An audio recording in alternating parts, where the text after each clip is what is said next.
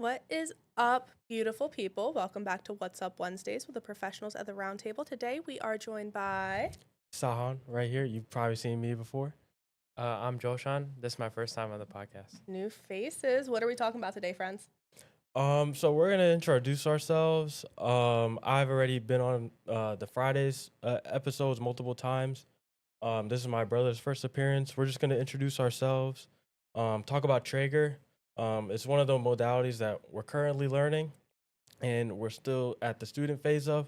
But we're gonna try to explain to you guys what it is, what it looks like, how it feels for the patient, and then after we get into a little bit about Traeger, we're gonna talk to you guys about our personal goals, how we're gonna contribute to healing your way, and things like that.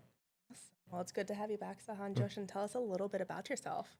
I'm a student at Jefferson, and I'm in the 3+3 DPT program, and I'm learning physical therapy to later pursue down the line. Mm. And my goal is to like have my own practice, but integrate several health practices into one, and for the future. Oh, awesome. Did you guys know, like right off the bat, that this was something that you wanted to do together, or is it more individualized? Like you're taking your own twist on it, whereas Sahan's doing it a little bit differently? So I think what would you say like you're doing like differently? I'd say because I'm also in the DPT program with exercise science bachelor's. Um, I would say since my mom and dad already laid the foundation as the private practice for us, uh, it only made it more clear to join together and put all our resources together because we have this beautiful foundation already laid out for us, Right. and it really makes it easy for us to make our own changes and do the things that we want to do, create our own agendas Mm. instead of going into other practices where things are sort of standardized and um, most times in those practices they accept insurance, right? Mm. So they're mainly focusing on treatments that'll get their insurance billed the proper way that they want, and I don't think that really achieves personalized care. So as far as that, it really made sense for us to join together with all our expertises. The good thing about the DPT program that we're with is that when you have a PT, there's a lot of different fields and specifications you can go into. We can go into manual manipulations. There's a whole list of manual therapies that we can take a road down. I can also do dry needling with this. Um, it's like it kind of falls under acupuncture, but it more is focused on stimulating the muscle and having Mm. that twitch reaction to help loosen the muscle. It's kind of getting more common in physical therapy clinics, but the degree that we're both pursuing is super diverse, and I think um, both of us can kind of choose our own way.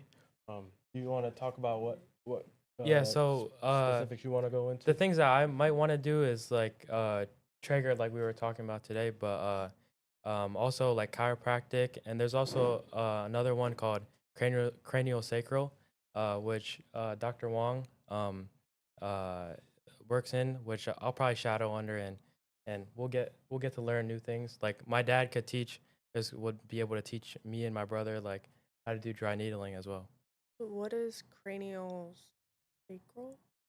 Well, it's kind of like uh, I'm not too into it yet, but like you kind of use like kind of like connecting the body with the mind, Mm. and doing like body movements to like realign itself.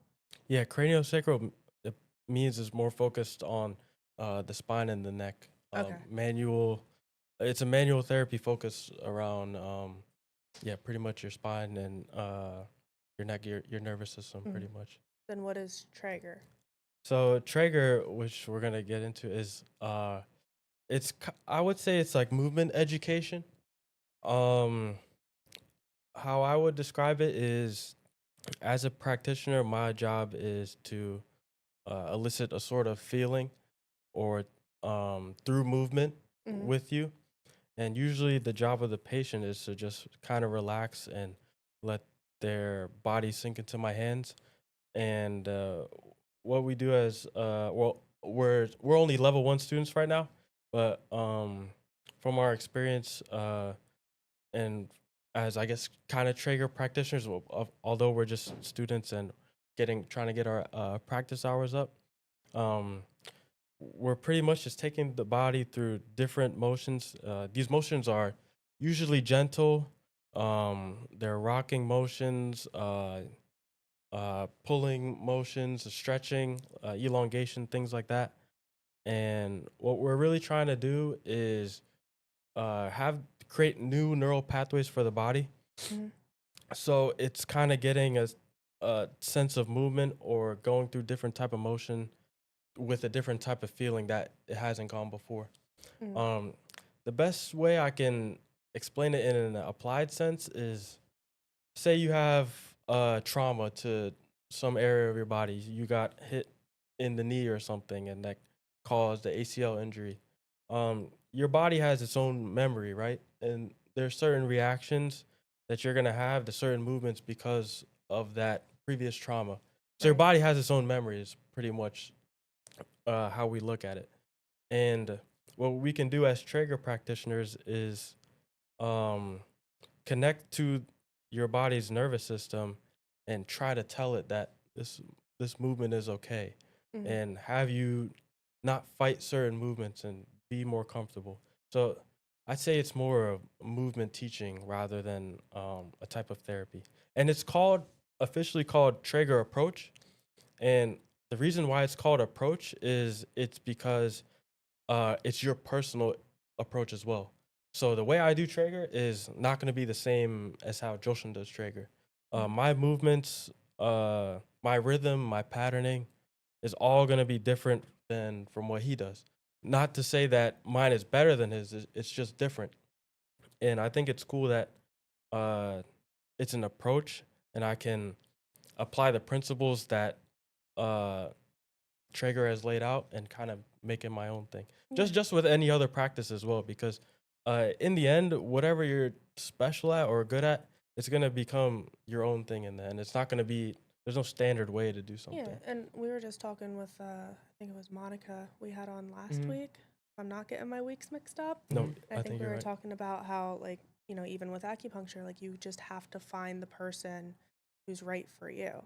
So if the way that you do things is a little bit different than the way that you do things, it might just be a matter of what feels right for that individual person. Or am I getting that? Yeah. I also think like Traeger is good for like also like gauging a problem like that they're not specifically like they don't know like if it's like something in their hip that's causing the problem like Hmm. you could be like working on somewhere like the your leg, but like you could also fix like other problems in the body because every muscle is like connected. Also like you can use it like I said you could use it to like gauge the problem, and you can like following sessions you could like switch up like what you're doing to like target that specific problem after you figure it out. Yeah, absolutely. I was Mhm. having a like wicked lower back pain like 2 years ago, and I thought it was a back issue. My hamstrings. Yeah, Mhm. It's my that's the hamstrings. cool part about the body. It's everything's connected, interconnected, and um, where you feel the pain is not always Yeah, where the root cause is. like And it tugs on each other, right? Mhm. yeah, everything. Yeah. It's so crazy. Yeah. So, what made you decide, like, we're gonna go down this path with the Traeger approach and with like the physical therapy almost kind of approach, as opposed to like you have like the red light therapies and all the other modalities? What really spoke to you about it? For me, like I like the physical aspect because like from a young age our parents like taught us like certain things with like my dad like uses a lot of manual therapy. Hmm. So like moving on, I feel like after even just doing when we were younger, we did Reiki and we did up to level 1. So like slowly I realized like manual therapy is like for me. I'm not sure about you, but Yeah, since when we started Traeger, we were in it was the fall of our senior year. And when you're in high school, there's not too much things you can do um or modalities that you can train without having a licensure. Mhm. And Traeger was one of the things that was brought up to us at a new house. Our teacher is named Michael Lear. He's a Traeger practitioner. He's very good at what he does, and he's taught us everything for what we know for level one. Mhm. And at the time, there was not much other modalities we could, practice. And I think that's kind of an issue with some of the kids now is that they don't really get any, they don't get to dip in with the hands-on experience until they get to the later stages of, say, graduate school. And I think it was a good way for us to not only build our dexterity in our hands for the certain Mhm. Traeger skills. But I think one thing I also saw that was important was the practitioner-patient relationship. And then I was able to find my own way of how to talk to patients, um, how to see what's going on with them, just the whole intake process of meeting someone and uh, giving them help because not a lot of people experience this until they're um, faced with it at the end with Right. their license. So I think it was Absolutely. it was the one of the main things that was an opportunity for us at the time, and we thought what better way than not just to go down this route. And my Mhm. mom also is a big factor in helping find this and bring it to our attention. Absolutely, like kind of guiding you down the right path. Yeah. How long is the schooling? How long is the training that goes into it? Um. Um, so we're on level one right now, but so we do many weeks of training. How many hours is it? Like, We had a special case since we were in high school. Usually the program is 48 hours. It's 6 days, 6 8-hour days back to back. Oh. But yeah, pretty intense. But we split it up into weekends because Michael Lear was able to cater the program to us and uh Mhm. break it up into every other week we did. every other week. Oh, good. So our weeks were split up, but usually you go through a 48-hour process of learning. There's a little bit of anatomy and conceptual stuff at the beginning. Then you get into the table work. But um, yeah, there's the 48 hours. Then you go into your practice sessions, and everyone needs, at least for level one, you need 30 practice sessions before continuing on to level two. And then level two, it's kind of rinse and repeat process. uh, I'm pretty sure there's 3 levels before you become a certified Traeger practitioner. Mhm. And it's pretty much the like coursework, then you go do your field work, coursework, field work for those 3 levels. So Yeah, and um, like later down the levels, I'm pretty sure it's like more specific things that we like are working on instead of like just like non-specific like working on the front side and the back side.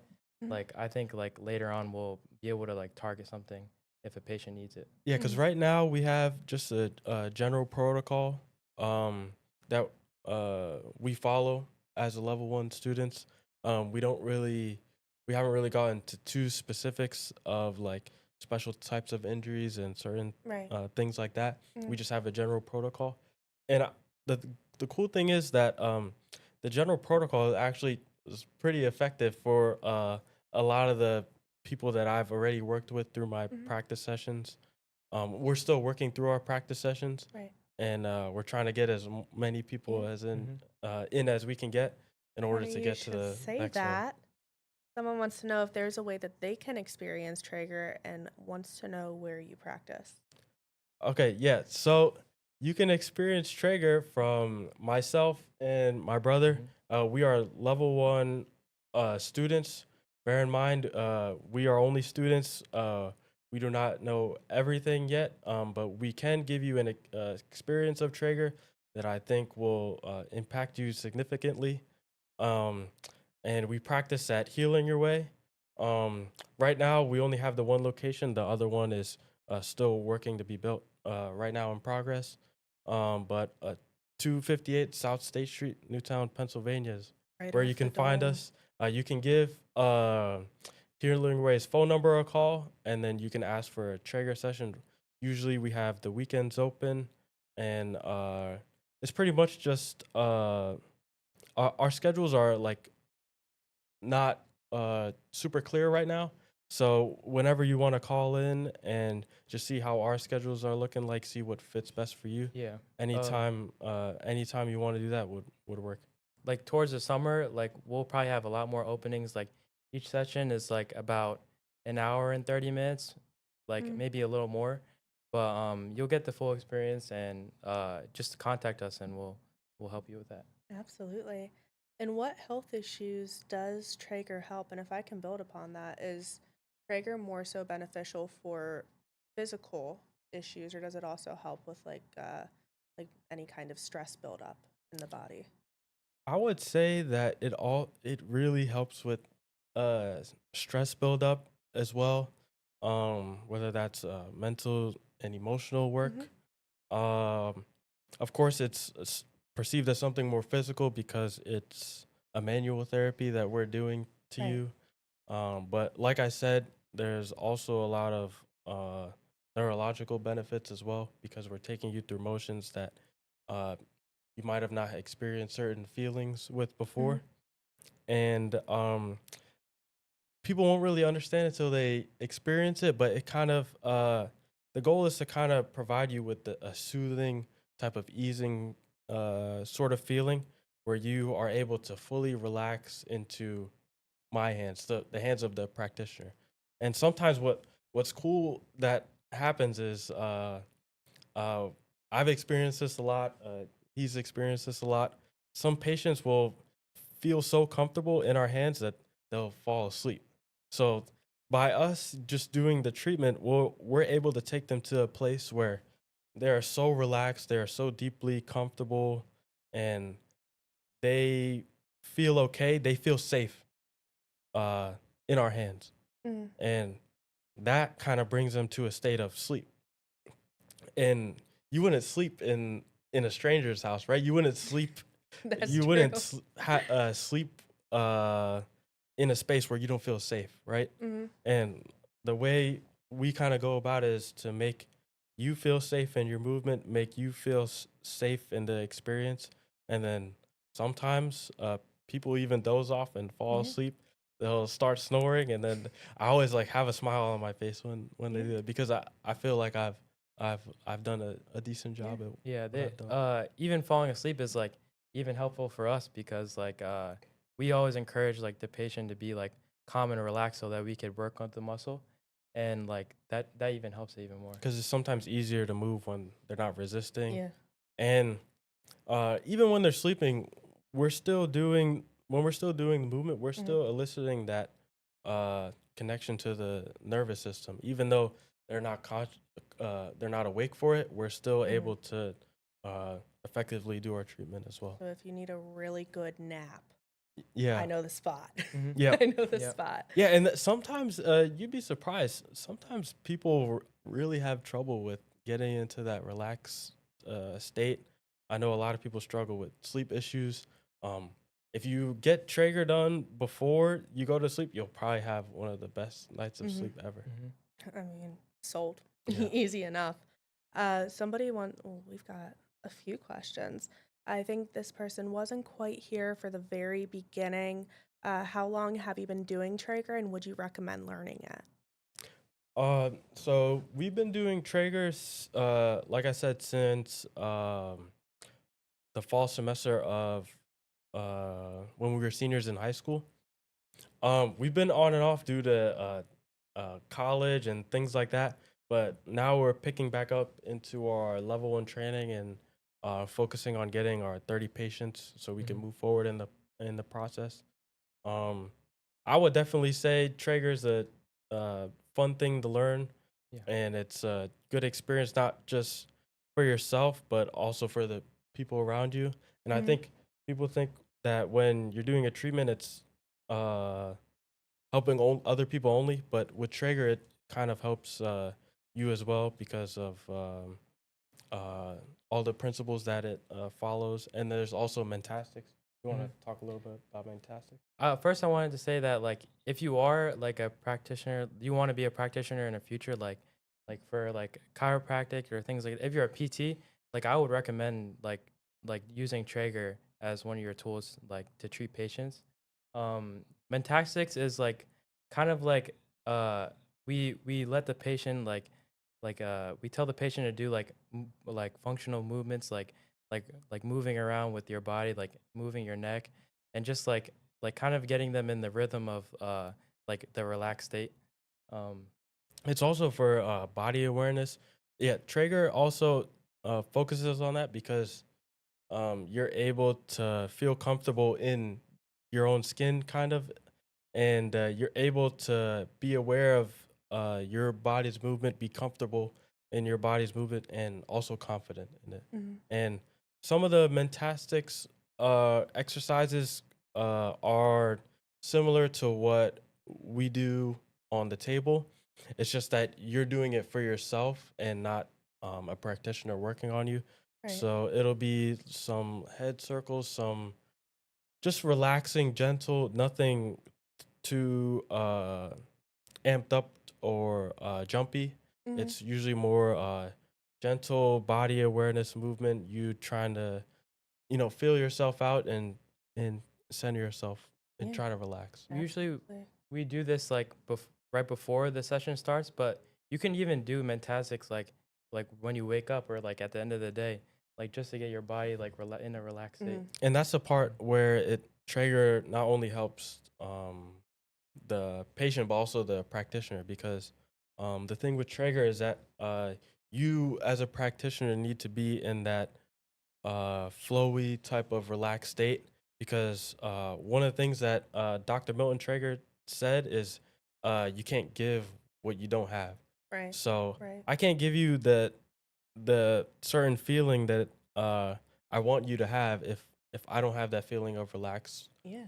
in myself. Absolutely. You And can feel it radiating off of people sometimes when they're stressed out. Yeah. yeah, and like say in the middle of a session, my neck starts to get cramped up a little bit. Like I'll take a step back and like make sure like I'm relaxed and like do a little Mentastics just to get Mhm. back into the move, and then I'll start like resume with my work. Yeah. Yeah, because Absolutely. most there's a lot of massage therapists or manual therapy workers that um, their body gets super stressed out when they're doing deep tissue work or things like that. But Traeger is kind of the opposite in that the practitioner also needs to be relaxed, and when the practitioner is not relaxed, it's sort of counterintuitive to the whole treatment process, and the quality of the movement is better when the practitioner